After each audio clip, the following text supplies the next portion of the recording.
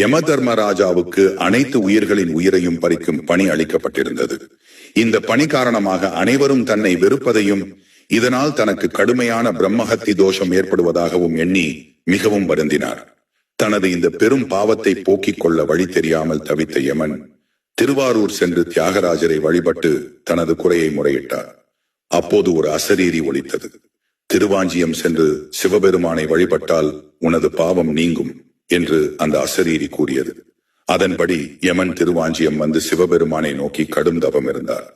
யமனின் தவத்தால் மகிழ்ந்த சிவபெருமான் மாசி மாதம் பரணி நட்சத்திரத்தில் காட்சி தந்து வேண்டும் வரம் கேள் என்றார். யமன் சிவபெருமானிடம், இறைவா, நான் உயிர்களை பறிக்கும் பணி செய்வதால் அனைவரும் என்னை வெறுக்கிறார்கள். எனக்கு ஏற்படும் இந்த பாவம் நீங்க வேண்டும். இத்தலத்தில் என்னை வழிபடுபவர்களுக்கு மறுபிறப்பு இல்லாமல் அமைதியான இறுதி காலத்தை அருள வேண்டும் என்று வேண்டினார்.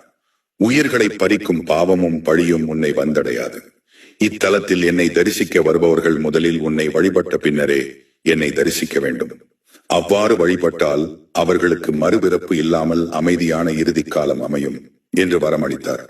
அன்று முதல் திருவாஞ்சியம் கோவிலில் யமதர்மராஜருக்கு தனி சன்னதி அமைக்கப்பட்டு முதல் வழிபாடு யமனுக்கே நடைபெறுகிறது. இங்கு வழிபடுபவர்களுக்கு மரண பயம் நீங்கும் என்றும் அமைதியான மரணம் கிட்டும் என்றும் நம்பப்படுகிறது. இத்தலத்தில் எந்த ஒரு மரணம் நிகழ்ந்தாலும் மற்ற கோவில்களில் நடப்பது போல கோவில் மூடப்படுவதில்லை என்பது இதன் தனிச்சிறப்பு.